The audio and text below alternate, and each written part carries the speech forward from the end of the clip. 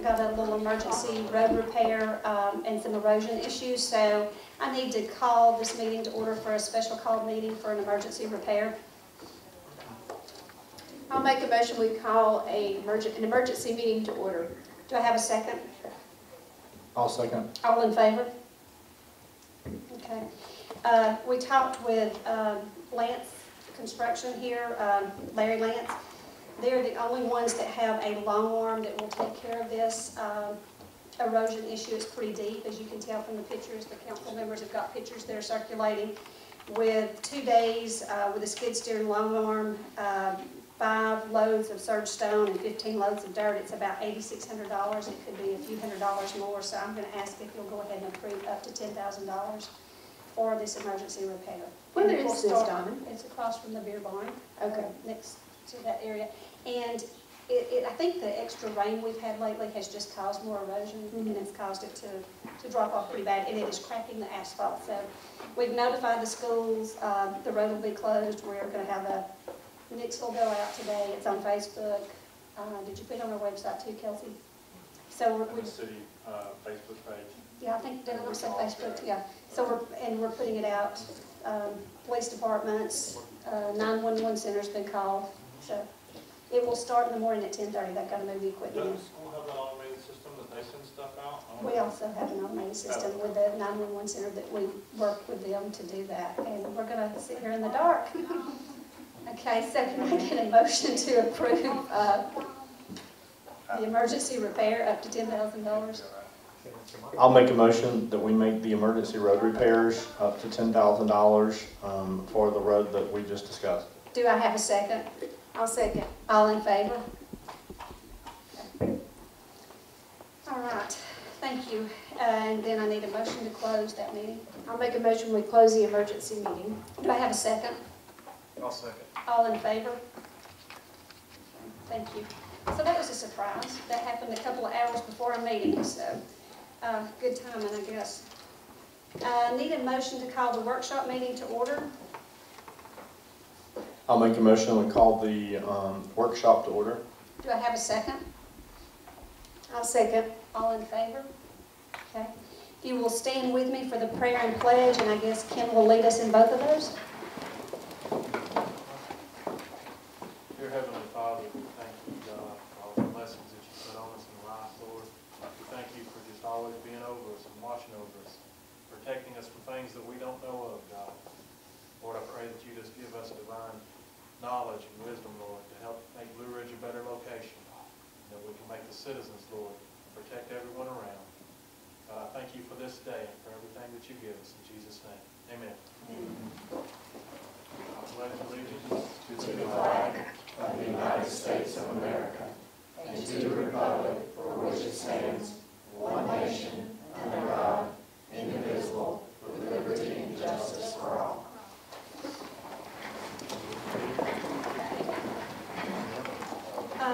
Downtown Development Authority is the first thing we have on the agenda, and I know you all received the resolution that James has sent to you. You've had some time to go over that, so we will look at that for our next meeting in December so we could start our DDA the week prior to that. Ann Arnold is going to talk about, she's been interviewing people. We had 10 applicants, 11 applicants. And so she's went through and she has a process that she does in the interview. So do you want to come to the microphone and discuss? Have you interviewed all the applicants? Yes. Okay. Yes. Okay, is that good? No. Well, You may have to talk more into it.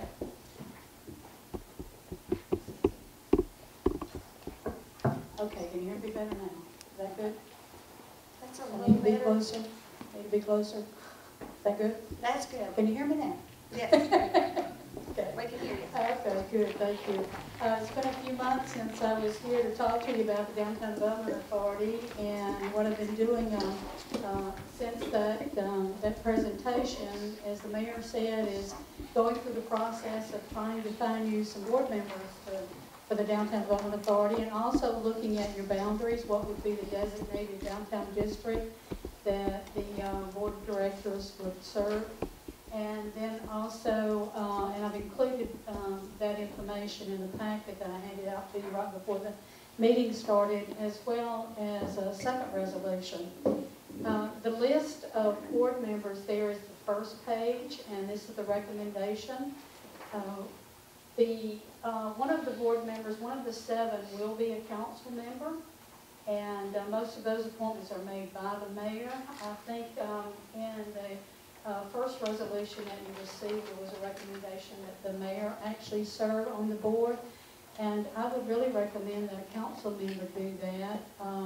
And visiting here, I can see that the mayor is a full-time mayor, no question about that. And it's also good to have rotation, so rather than have the mayor there and to be there, forever, it would be nice to have, I think, different council members, maybe every 2 years you rotate and have some different insight, but also an opportunity for each of the commissioners, the council members, to really understand the day-to-day work of the Downtown Development Authority and be involved in some of the projects that they may undertake. And they would be a full voting member of the board. So what I have done is interview the 11 applicants. I think that all of you received a copy of the letter and the application and the fact, the information sheet that went out to the public. It was put on the city's website. It was also promoted through the Business Association and any other source that we could get out there. So I was extremely pleased to have 11 applicants and have a good pool to pull from. I had a set a list of questions that I went through with every candidate, so to make sure that we're on equal footing all the way through. There were times that some of those conversations went off in different directions. It was interesting to get to know a lot of the citizens, and especially the people who live and work in downtown and own businesses in downtown. So what you have before you is the list of recommendations. It's also included in that list is the number of years that I'm recommending that those members be appointed for. The law requires that 2 members be 2 years, 2 members be 4 years, and 3 members be 6 years. So obviously one of the questions that I asked each interviewee was, how many years would you like to serve? Or could you see yourself serving? Or what would your schedule allow right now? What could you commit to? And so these recommendations are also based on those questions. Also asked them and reinforce the fact that the Downtown Development Authority is a working board. So I wanted to make sure that they understood that it would be active. Their participation would have to be active, and they would either serve as an officer in the organization or would serve as a committee chair. So I ranked those 2, and who was willing to serve the entire period, who was only interested in serving a short period, who was interested in being an officer, and who would be interested in serving as a chair of a committee. So I've only recently learned that Jean, one of the 6 years, Jean Holcomb, one of the 6-year candidates has been ill, and I certainly don't know the status of that. So, that may be something that you want to discuss as far as the 6 years. I don't know that that's even a concern at this point because I don't know the severity of that illness or anything. I just wanted to make sure that it was brought to your attention. The next name under his, Michelle Moran, is said she would be open to 4 or 6, as did Jean. So there may be an opportunity there to switch those. The next 2 were interested in shorter terms, so that's why I have them at 2 and 4. So that is the recommendation of the 6 candidates, with the 7th being a council member to be appointed by the mayor. Any questions about the recommendations on the list of candidates? And you may be going to cover this anyway, the way that you like the fact that they were mixed, they aren't all in the same, they're not all retailers, they're not all restaurant owners. Are you going to cover that? Absolutely. How your selection process went? Thank you for pointing that I out. was surprised when you told me that's one of the things you take into consideration? Yes, well, you know, you don't want it too heavy with any one mix because you do want different opinions, different perspectives on the board. So it is wonderful that you've got a real estate attorney there, you've got someone involved in the arts, you've got a business owner, another business owner after that in the hospitality business, you've got a retailer, and a realtor. So you've got professional, you've got retail, you've got service, you've got hospitality, the restaurant industry, a really good mix. And I have to tell you that in going through these interviews, I was so impressed with these people. You absolutely cannot go wrong with this board. They are committed. I asked them about why they wanted to be on the Downtown Development Authority, why they came to Blue Ridge, if they weren't born here and raised here, why did they come, what brought them here, why do they want to be here, why did they pick downtown for their business locations. Asked them all of those questions and asked them what, if they could have input into deciding the first goals or the first projects that they think the Downtown Development Authority with city involvement should undertake. And they had done their research. There were several that came in, had actually already read the law and had done research and had reached out to others trying to find out about downtown development authorities in other communities. So I was extremely impressed with the commitment, the dedication, and the leadership ability of a lot of these candidates. One of the questions I did ask, have you chaired other organizations? Have you been in leadership roles? What have been your involvement? So the questions really were to find out what their level of commitment was and their passion. There's so many of them are really passionate about downtown and really want to be a part of making, continuing the growth and making downtown as viable as it can be. And also concerned for protecting a lot of the beauty of the area and how it grows. So I was extremely impressed, and I mean that sincerely. Had some wonderful conversations and really appreciate the opportunity to get to know a lot of your downtown businesses, the owners and the folks who work and live in downtown. One of the candidates, the first one, John, who goes by Jay Hamilton, actually lives within the district. So there's a different perspective as well. Somebody who is a resident of downtown, who is experiencing downtown 24/7, which truly is a different perspective. So just some great candidates, and I feel like an extremely strong board. Any questions about that process? Or My only question is, you're going to be at the board meetings and help through this process, correct? I will be here as long as I possibly can and as long as you want me. Okay. So, Cool. This is all new to us, and you're the yes, sir. experienced one. Well, I understand that and appreciate it very much.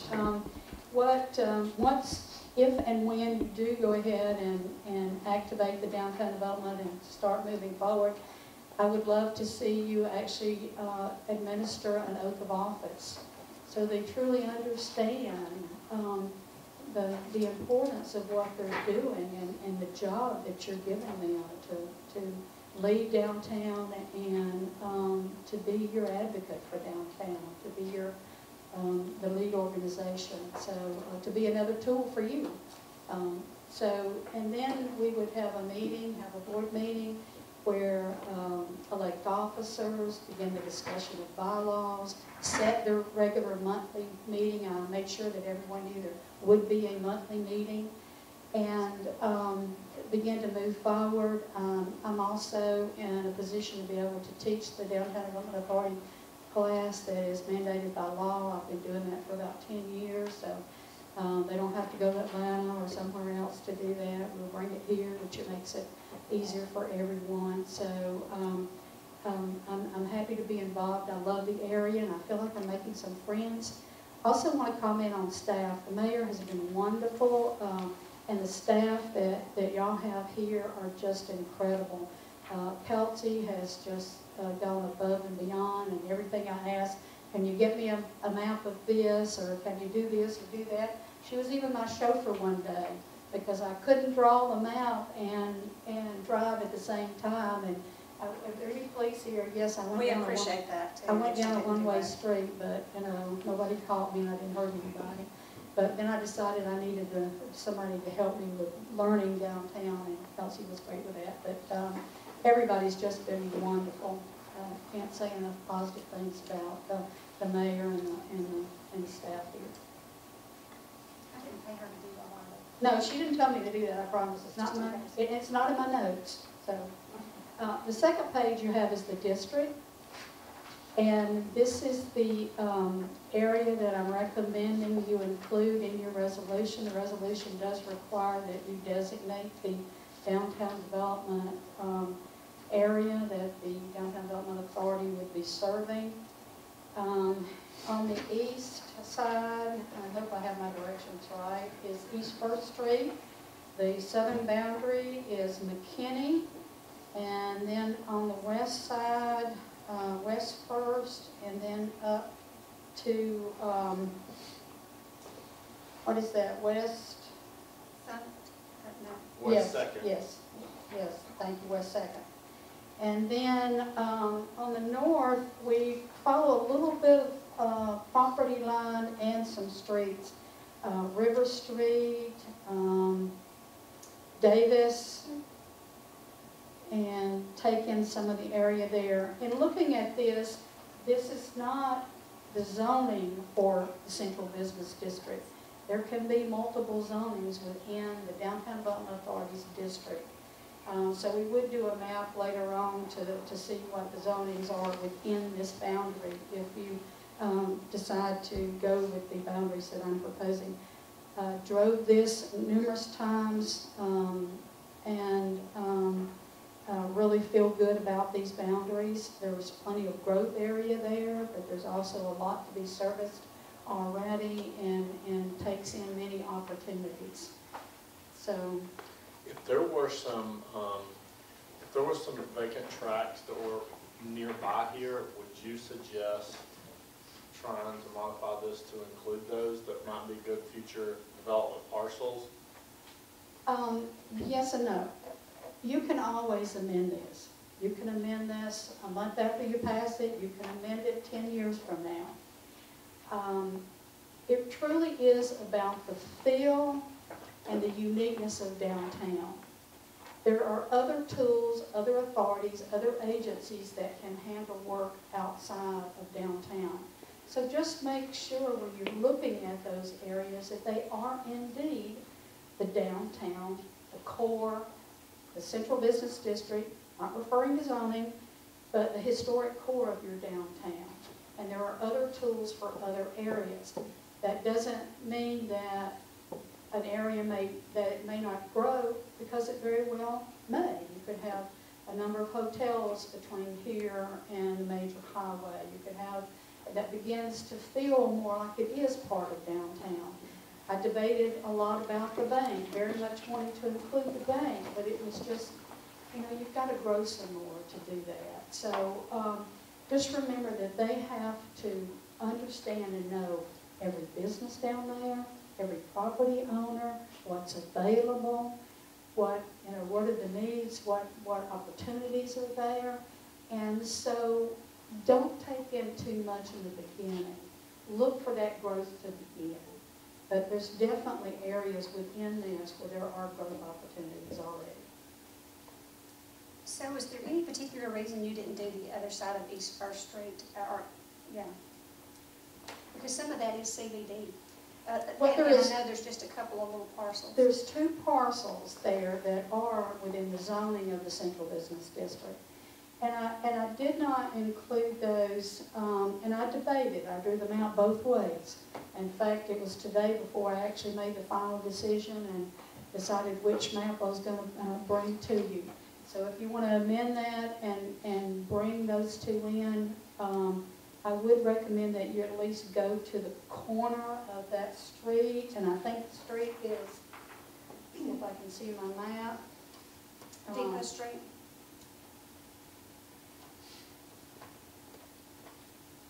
From Depot to Carter Street, is that what the I think it was recommendation the was? corner of Carter. There was one parcel in, and it was the second and third parcel. So, That we just rezoned those two? yeah. Or one of and those two was rezoned, one wasn't? A lot of the reason for drawing that line is there's so much residential on the outside of that boundary. And you really want to protect that residential. And you've got some beautiful homes all around a number of these areas. And what you have by having that residential is you've got a built-in audience. Those people are going to use the goods and services. They can walk to downtown. And they're users of downtown in a different way than your tourists. And so that was the reason I ultimately decided to exclude those that I had just added, is that you've got to draw the line somewhere. You can always grow, you can always amend it. And if you want to see the other map, we've got that for you if you'd like to see it. But this is my Well, I recommendation. think this is a good starting point, but I just wondered if there was a reason for leaving those two off since there was a CBD in it. Because I knew we took the CBD and then you added some of the C2s. I think we might have even had a couple that were C1, maybe on the back streets here next to the jail. I don't recall that one, but I would encourage you to try to go along streets as much as possible. And I know there's lots split over there too, so that makes that a little more difficult. Yeah, just keep that clean as much as you can. And you know it when you're in it. When you're in it, if you go drive around downtown, you know it as you're getting into it. I mean, there is a sense of this is unique, this is different. Okay, what you have as the third section is the resolution that I'm submitting as part of my recommendation. This is a standard format that comes from the Georgia Municipal Association, and it is certainly not as detailed as the other one that was submitted. It's probably 95% Georgia Municipal Association sample, and then some that I took from the city of Rome that has had a downtown development authority for almost 40 years, and I worked there 17 of those, so I am very familiar with their resolution and how that downtown development authority got established. It just simply refers to the law. Everything that you need is in the law. In my opinion, I'm certainly not an attorney or speaking from that. I'm just saying that this is a sample that is presented from the Georgia Municipal Association and is used by a lot of cities in the state of Georgia. So those are my recommendations.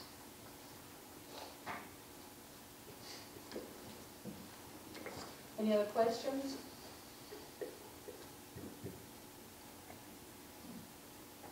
Have you reviewed all of that? I got it 10 minutes before we're supposed to start. If you want to know the differences, I can go through them. Hers is the wild, for lack of a better term, the Wild West. You approve it, zero control. You have a director commit a felony, you can't remove them. Mine's on the other end of the spectrum with the idea that we would start here and then you would pick what you wanted to. The Supreme Court has said you can't remove a director. A city council cannot remove a director because you don't like them for political purposes. But they have left it open for removing them for cause. If they do something like commit a felony, if they do something inappropriate and outrageous, and that's set forth in here, then they can be removed for cause. The Supreme Court has said in a footnote in their case in which they said you can't fire them on the basis of politics. They're saying, we're not saying that you could not fire them for cause. So, like again, mine is on this end, and then you could gradually decide certain things you might not care about having it's extremely short, and it goes off of what the law says. And the last thing that you would be able to do is appoint the directors, and then it will be off under the GMA one, and that's how it's, designed. And what I heard initially when we had the discussion was you wanted to look at some options that might provide you with a little bit of control or some options on how you could move forward without just signing it away and jumping off the ledge. So I'm not making policy, I just drafted it that way. We can go through it in more detail, you can review it again before the meeting, and I can address it. Hers is by all means legal. No, I'm not saying that. It's exactly the way that it's done in a lot of places, but I don't represent all of those places. And so I sat here and heard what you said and went back and input provisions that list exactly what the powers are so the public can look at them and it's transparent. It doesn't reference, it includes a lot of that so that you can look at this document and know. It doesn't have to do that to be legal, but that's what it's in. There's some other controls which would have you guys approving the bylaws, and some other things that I believe are legal. It just depends on how much control you want to do. And I'll say this, even though the draft resolution that I've done has that in there, that certainly, I'm not making policy, you decide what you want to do. And Well, I haven't read this one at all either, so maybe we read it, look at recommendations, and maybe we. Well, I think some of the recommendations in James's resolution came from the council previously, as he said. He took direction. I think all of you had a few concerns, and I think the class you went to kind of made you a little more nervous. I think so you wanted those things addressed. And I'm a GMA supporter, but I know that most of the stuff that comes from GMA is usually the base, and we've always had to expand on that in the past, pretty much anything that we've done. It seems like in the 9 years, our council has always added other legal language to it, so there's definitely nothing wrong with doing that. It's your comfort level. Yeah, well, we have time though, between what And Hannah they've been did. very uncomfortable for months about. Well, we just got scared after those classes that we attended, for some of the things that we were told in there. Yes. And we were not familiar with it, so we were uncomfortable with it. So when she does a DDA class, you will be attending that class too. And- Just making sure. Well, either one that is approved to be changed at a later date, can it? Well, no, Whatever- the Whatever's district. done now, you're stuck with. Once you do the activating resolution, the legislature has created these, they're in every city, they sit there dormant. You do a resolution and activate them according to the terms of your resolution. And so once you activate them, they're out there, and it's whatever's in this resolution. And that's the way the legislature did design it, so you gotta be absolutely positive when you do it, that that's how you wanna move forward with it. So with that in mind, that's why we looked at it this way. This has a 7-year sunset provision, which has not been tested in any court. And again, it's way up here at the end because there was some concern about we can't kill it. And that is absolutely correct. Once it's there, you can't kill it. A sunset provision says at the end of this time, the law disappears. So with the Supreme Court, would that be enforceable? I'm not sure, but we've got that in there as something to look at. If you were going to go forward with the DDA, I'm not sure you'd even want to put that in there, right? You'd make the decision one way or the other. But I made notes when we talked about it, and every note that I heard, a concern you have in this document. I could push the law to address it. You may not now have all the same concerns, and you may want to say, okay, we're not worried about that anymore, so we don't have to have that in there. But I would heavily recommend that you leave in at least the provisions about being able to remove directors for cause. Not politics, but for misbehavior. That's outlined in here, and there's an appeal process. And Dean, y'all read this? I didn't get to read this ahead of time. Did y'all read it? You did, Rob? No, I did that one, but I haven't this one. I didn't. yeah, but it's I in this choose GMA, this one. it's on your GMA website, right? The one that you presented. It should be. I Yeah. said I only did a few tweaks on using the wrong one. I would like to just add, I'm very sorry that y'all had the experience that you had. It's not typical. It may have been the speakers who were there that day. I'm not sure what you heard that you really had concerns about. But I've been doing this for 31 years, and the majority of the DDAs have used this base level. Again, I'm not an attorney, but it has worked other places. I understand that you have concerns, and you certainly want to address those. The sunset in the other resolution is a concern that I was certainly questioning why that was in there and having never seen that before. And I just want you to remember that this body is your tool. You're a team. You're all wanting the same thing. You're wanting growth in your downtown, and you're wanting controlled good growth. So just want to reiterate that you're appointing these people, and if you want them to stop existing in the future, stop giving them money. That happens. I've said defund it all along if you have those issues, but I know this group of folks, they will grow wings and they will find their own money, right, Caesar? I'm not saying that. This is a good group of folks. They raise a lot of money for different things. So I understand the council's concern, because we know that a lot of the folks that did sign up for this are all business people. They're all creative, and they will work hard to have the money they need to do the projects they want done. I've seen that happen in 9 years. Well, it certainly is your decision. I was here to make recommendations, and I've made those, and I'm happy to answer any questions now or later, and wait for direction on how to move forward. So if they have questions on any of these things, is the best thing for them to do is to email you or call Absolutely. you? Absolutely.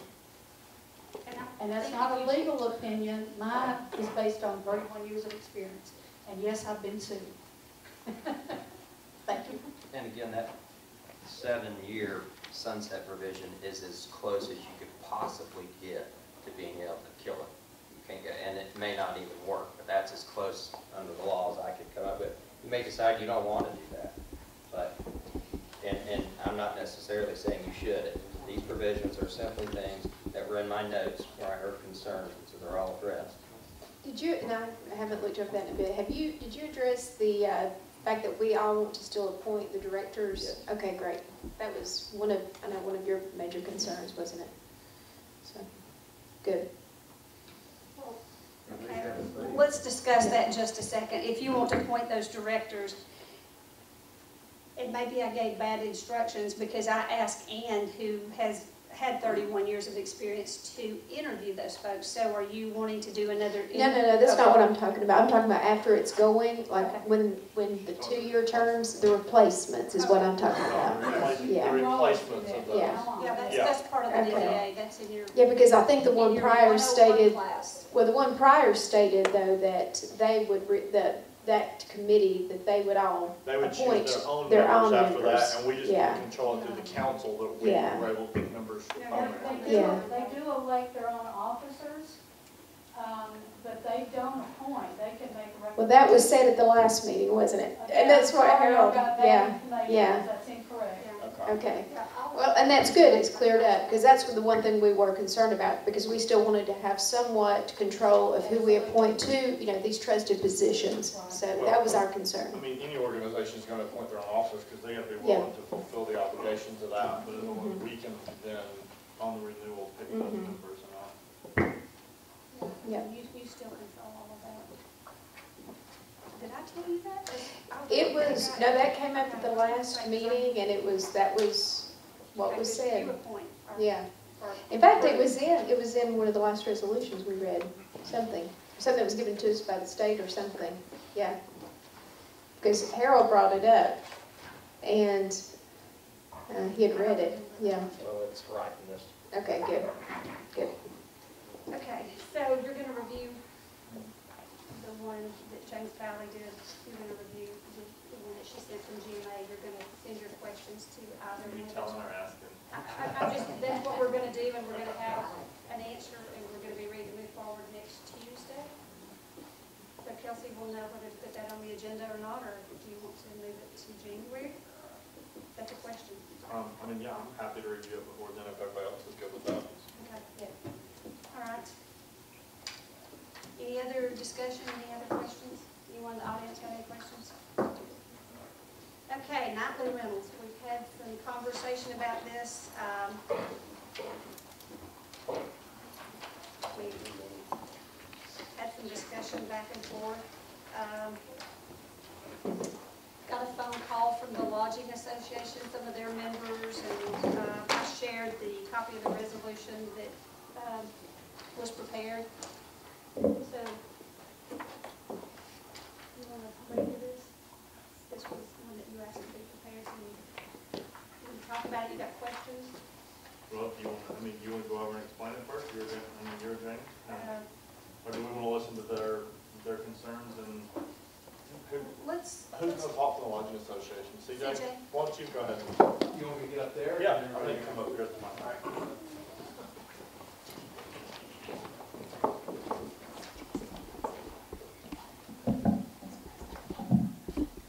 See if I get this right.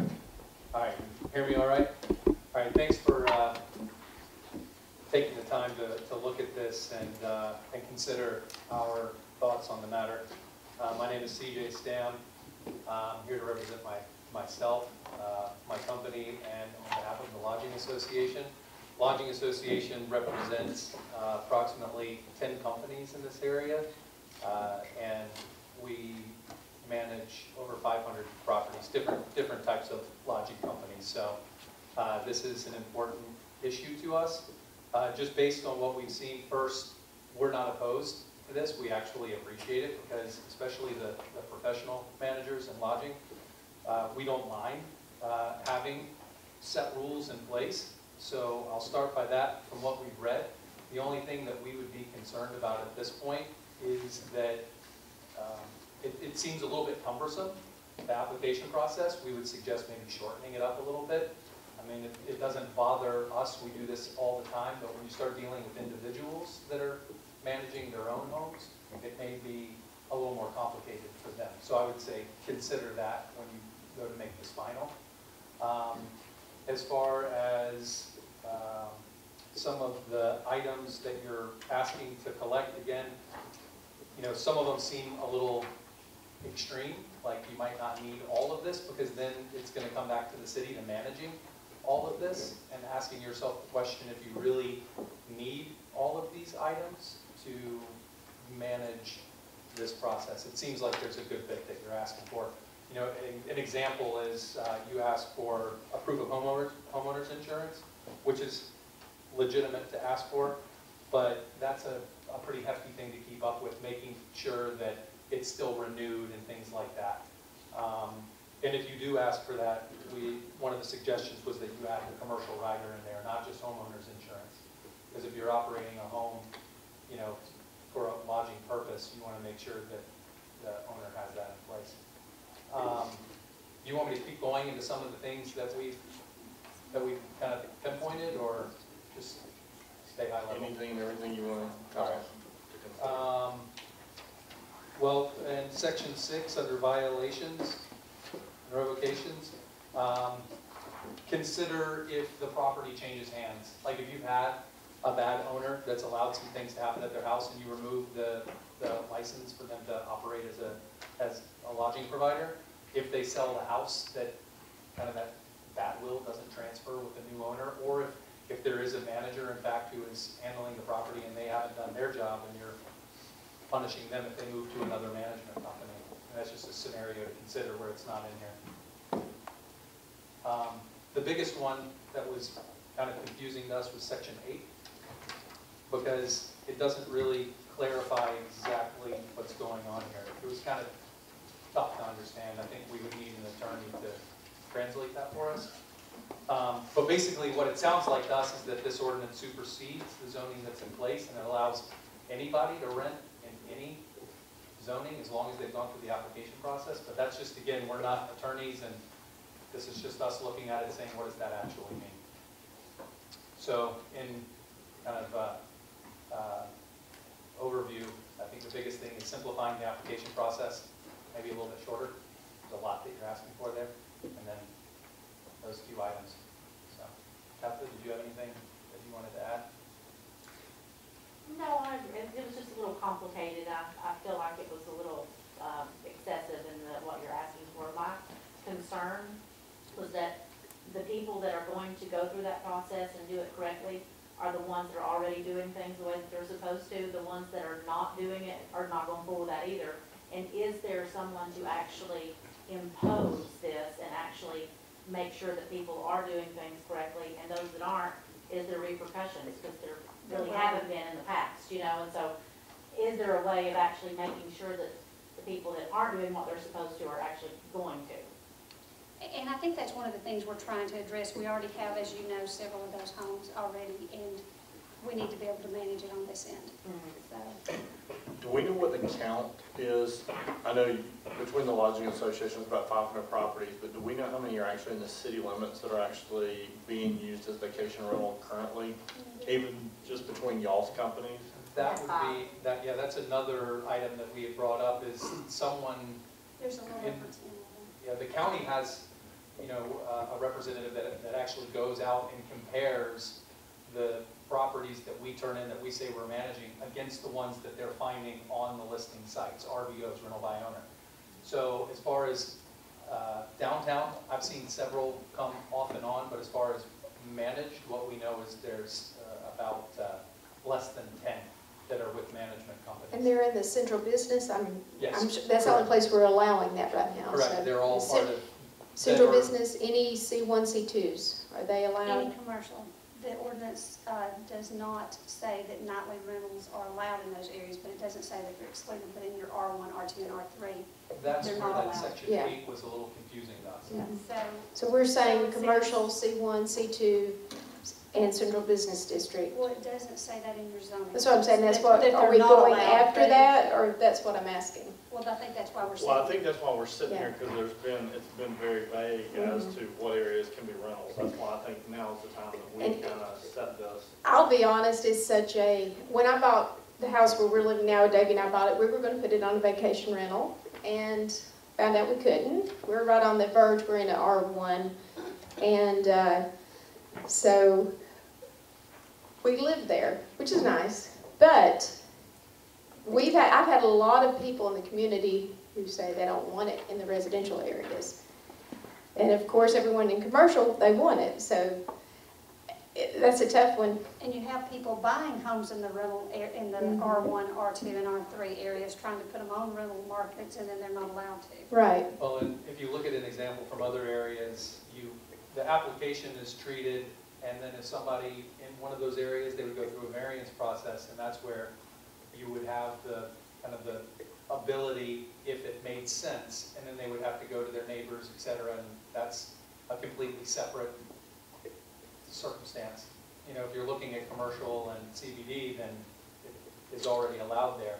And I'm not advocating for that, I'm just suggesting that that could be a solution to that. Let it be between the neighbors and the And we have allowed that in the CBD, the C1 and the C2, just simply because it does not state that we do not allow nightly rentals. So we would like to clean up that language to where it says it's only allowed in CBD or C2 or C1 or none of the above. You know, so that we have a clear picture of what's allowed. And I think Jeff Stewart in the back would really like to know where everybody's coming from. And as far as the residential areas, you know, we have a lot of them that are concerned and are really hoping that we don't go into those areas, but then you have a few that are buying homes in those But then we areas. offer long-term rentals, and those, and sometimes the tenants you get for long-term rentals are worse than what clientele you're going to get for the vacation rentals. Well, there's kind of the rule of thumb is for every one bad incident that you hear in a short-term rental, there were 100 you never heard of. Yeah. So, Well, I think we got to look at the future growth plan of what kind of town we are, and I mean, we are in a resort town, and again, I think the problems that we've had in the city recently have been long-term tenants, they haven't been short-term tenants. Yeah. Yeah. I I had a question on that too. It basically implied that if you have that license, if you get this $25 license, that you're responsible, period, for whatever happens in that house, and that you need to be available 24 hours a day to receive any calls for any problems that you allow. Well, as a manager or as a private owner, we can't be 100% responsible for what someone does when they're renting a house. And so I don't think that's really a feasible, thing to ask, is that if they're being loud or something, that someone's available 24 hours a day from the management company to police them, Does that make sense? I mean, and I may be looking too far into that, but that just seemed a little excessive. We all have emergency lines for emergencies, but it basically, I was concerned that if they're, disturbing the neighbor, is the neighbor gonna be? The police department would go out That's what I would first, think. and then I Yeah, guess okay. if they needed your help or your But services. it would also make it nice that now the city would know who was Who to actually. call. I Yes. think that's one of the things with the application process, that that we part have makes enough sense. information, and I know it's a couple of pages, but, I guess the Buy employment, the number Fill of out your employees insurance. and all that verification, that was just a little excessive in my opinion. Like, you need my, payroll reports and all of that. It just seemed a little crazy to have all the e-verify, it just seemed a little excessive because a private homeowner isn't gonna have any of that information anyways, and so I just feel like, as a professional, it's almost like you're kind of being punished to, get that same license that you're gonna give somebody else, that has one house. I have a question for, and it's not within the city, but we have dealt with different rental companies around us. It would be nice to have the rental agency, you guys type of companies, to inform these people that you are coming to visit another town. Show some respect. Don't damage and tear up the driveways, not to hear rap music all across the mountains. We want the visitors here, but, treat it like they're visiting. Not coming up to a two-bedroom house with 12 people and partying all night long. And I know you guys deal with that kind of stuff here in town too. Yeah, the best advice I could give you is to know who's managing the Pre-screen homes the around rent you. Yeah. 'cause And let we- them know. Yeah, absolutely, and we do, and that's the thing is, human nature, people will lie to us, and then once they get out there, if you bring it, if you know who's managing the homes around you, give them the benefit of the doubt in the call so that they could at least, respond to that and hold them accountable.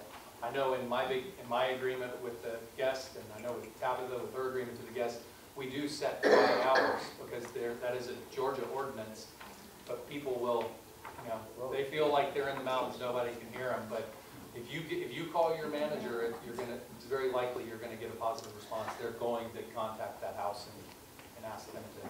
If they're with a management company, typically, I'm not as worried about them as like somebody doing Airbnb or VRBO, being in an industry for many years. I can tell you, the ones you gotta worry about are the ones you don't know about and the ones that they're managing on their own because you can't get a hold of them. I disagree. It's the management company ones that have more issues with the parties and the loudness and the rudeness to the neighbors than the other neighbor that does the VRBO. They've never had an issue, and I've got full authority to remove people from their house.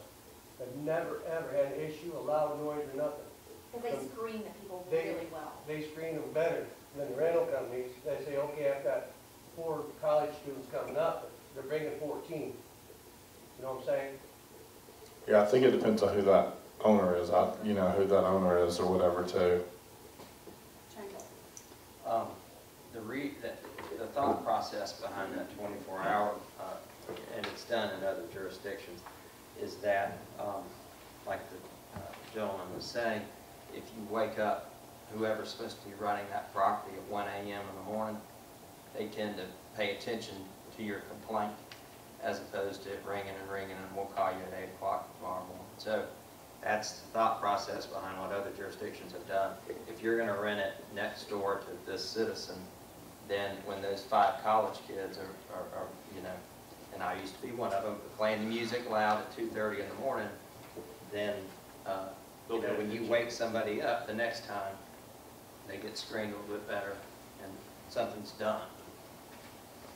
Well, I personally live in the city, and the people on my street, my area, we don't want, the ones I've talked to, we don't want nightly rentals.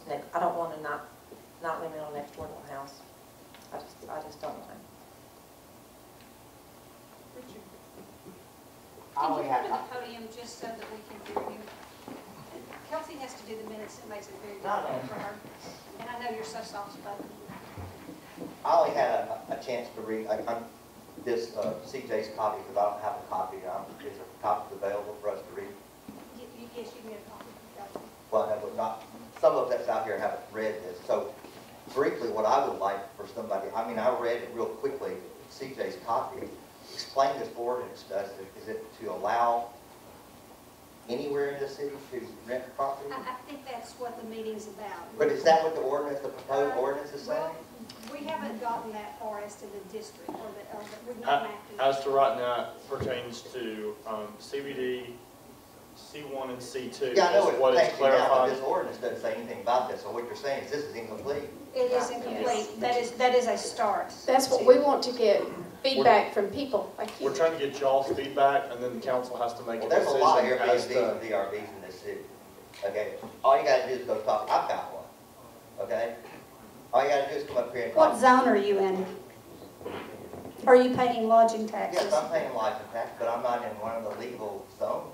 Okay. But then again, no, And that's why we're addressing but this. neither is a bunch of other folks on it. And we know that. And And when you it's, come up here and you pay your taxes to Sally, she don't ask you where you're at. But when I go pay my taxes at my Airbnbs in Fannin County, they know exactly where I'm at, just like CJ was talking about. If you were to take. and that's a process that we've got to work on our end, but we need rules to You give got a the ladies blueprint, in. you got a blueprint sitting right over in the courthouse. Use it. It's not that, it's just that our ordinance doesn't say I that know. you can have it in this area or What you I'm saying can't. is So take we're their needing to get blueprint, our, build that into your ordinance. Because we have the same, I got Airbnbs that are sitting in mountain subdivisions that we have no problem whatsoever. I can name off multiple. Then there are some neighborhoods that don't allow overnight rentals, like Twin Lakes where I used to live. And that's what they voted in their DOA. and that's what we're needing to decide here is what are the areas that we're going to allow those in, what areas are we not? And we need an ordinance in place so that we do have some rules and regulations. And I think that most folks in this town will welcome rules and regulations because But, we you know, kind of addressing just Rodney's concerns, not wanting an Airbnb right next door to him, I know of them very close to my house now. Not a bit of problems of all, any of them. And so, you know, Well, I think we all share those concerns, you know, it's the NIMBY effect, not my backyard, you know. It's okay to have it, just don't put it in my backyard. well, I support it for the whole city, residential and commercial. You So, support it for the whole city? Really? yeah, I do. I do, because the people I know that are running Airbnbs in this city are doing a good service for the tourist industry this city. People can walk to downtown, they love it. They love the fact that they come to this city, and we're a exception to the Airbnb and VRB rules. Almost every city. I mean, look at Atlanta. They got them all over. And I'm not saying we want to be Atlanta, but what I'm saying is VRBOs and Airbnbs, like he said earlier, we screen the heck out of these people. I've turned down plenty of people that wanted to come, because you ask them, what are they coming here for? I don't know if he does that, Yeah, but we don't want the problem. some of the management companies don't. Okay. Well, we have thank you.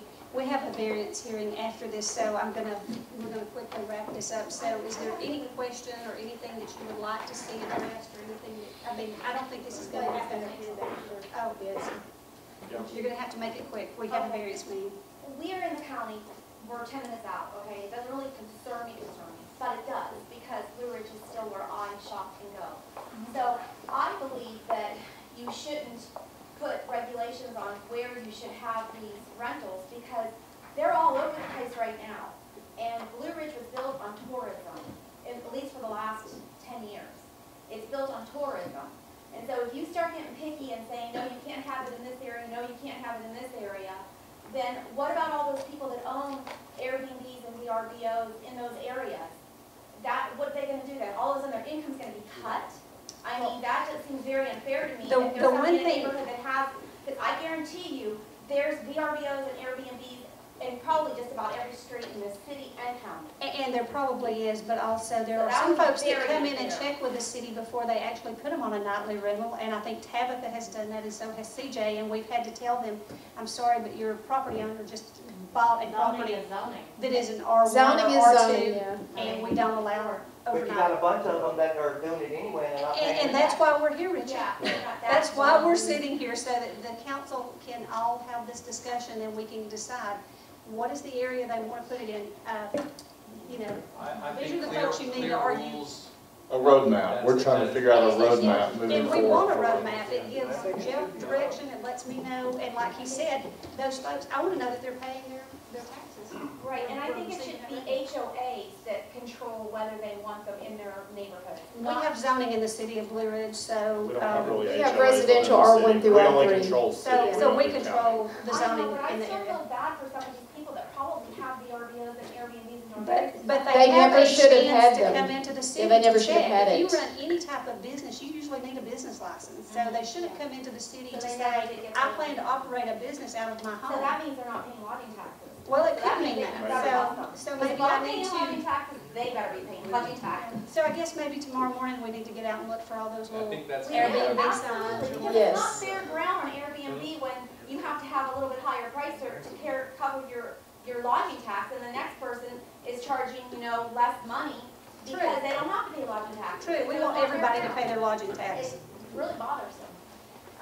Okay, we're gonna go Thank ahead and wrap this. Thank you, CJ. That was great input. We're gonna have to wind it up. So do you have any comments or questions? Do you have any comments or questions? I don't think this is our last discussion. I think we will have another meeting and another round, but anything that you have that would benefit the other council members, please share that. I think Jan Hackett actually also had commented to Kelsey, is that correct? That she had reviewed the ordinance and she felt like it was very similar to what the county's doing. So, And this would have to be read twice, and you would be making a final vote on it anyway, the first time. we're not counting this as a This is reading. not a reading. Yeah, okay, I didn't think we were. I'll make a motion, we adjourn. Do I have a second? I'll second. All in favor? Thank you.